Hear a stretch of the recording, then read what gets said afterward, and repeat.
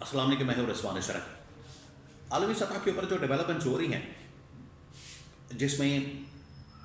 امریکی صدر کی جانب سے ایران کے اوپر حملے کی باتیں، حملے کی دھمکیاں، دوسری جانب بورڈ آف پیس کی میٹنگ اور وہاں پر شہباز شریف کا شرکت کرنا، پاکستان کا شرکت کرنا۔ نمبر 3، جو اسرائیل کو تسلیم کرنے کے متعلق معاملات ہیں، ایک بار پھر سے پاکستان کے اوپر دباؤ موجود ہے۔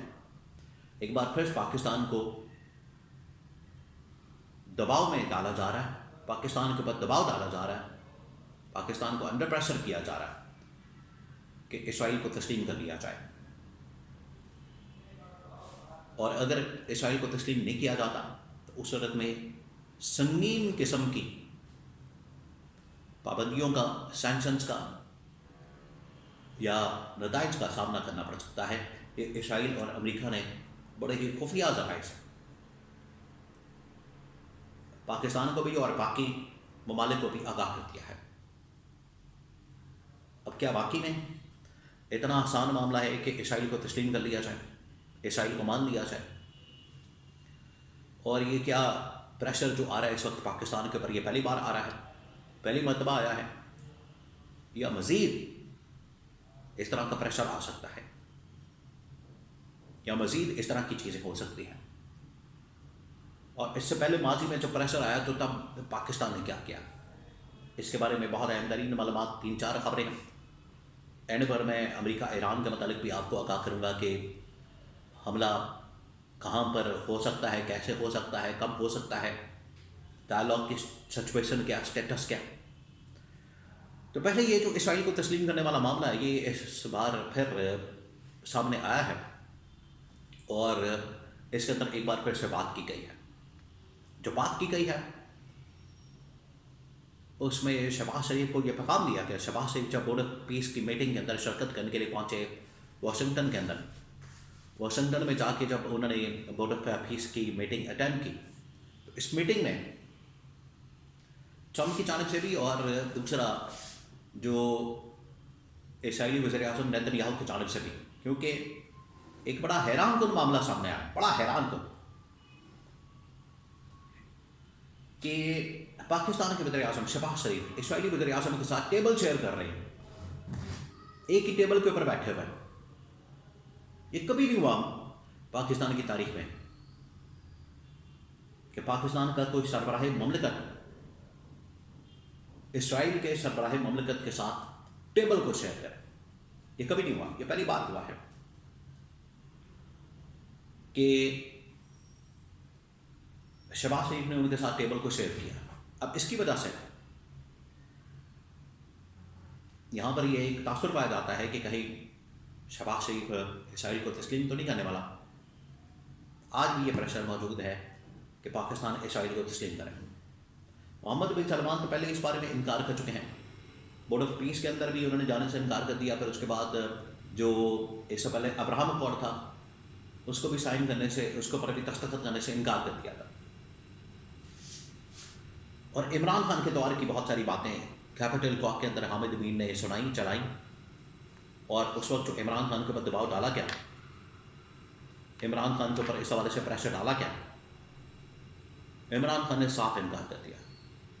کہ اسرائیل کو تسلیم کرنا یہ ہماری ریڈ لائن ہے، اور اس کے متعلق اسرائیل کے متعلق وہی پالیسی ہوگی، وہی موقف ہوگا، وہی سٹانس ہوگا جو کہ قائد اعظم محمد علی جناح کا سٹانس تھا، جو انہوں نے اپنایا تھا کہ اسرائیل کو تسلیم نہیں کرنا۔ اب عمران خان کے دور میں جو باتیں ہوئیں اس کے متعلق جو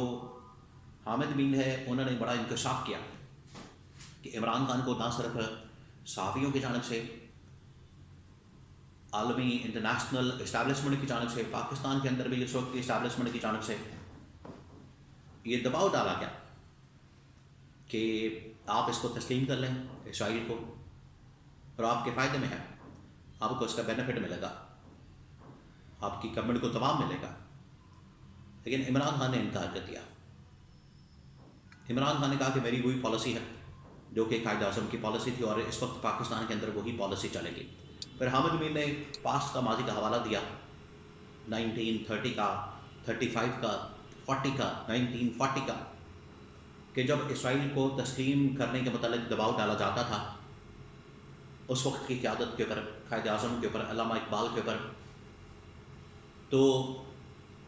ان کی جانب سے کیا جواب دیا جاتا تھا۔ وہ بہت سارے خطوط، بہت سارے اس حوالے سے آرٹیکلس، بہت ساری اس وقت کی کمیونیکیشن، بات چیت، وہ حامد امین نے پاسٹ کی، ماضی کی، ہسٹری کی وہ سامنے رکھی اور لوگوں کو دکھایا، بتایا کہ دیکھیں جو پاکستان کے اصل کرتا دھرتا تھے، بنانے والے تھے، پاکستان کو یہاں تک لانے والے تھے، انہوں نے ہمیشہ اسرائیل کے وجود کو تسلیم کرنے سے انکار کیا۔ آج پاکستان کس طرح سے تسلیم کرنے کی بات کر سکتا ہے؟ یہ اصل میں ان کی جانب سے بات کی گئی، یہ ان کی جانب سے کہا گیا بڑا واضح طور پر، اور یہ بات بھی ٹھیک ہے، اس کے اندر حقیقت موجود ہے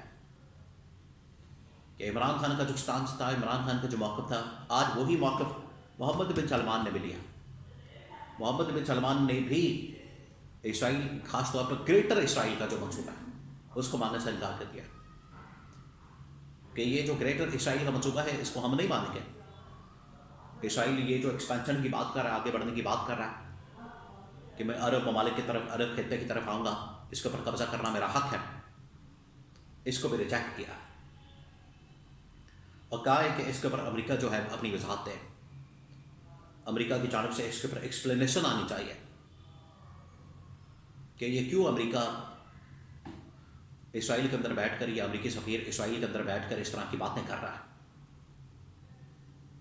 اس کا مطلب یہ ہے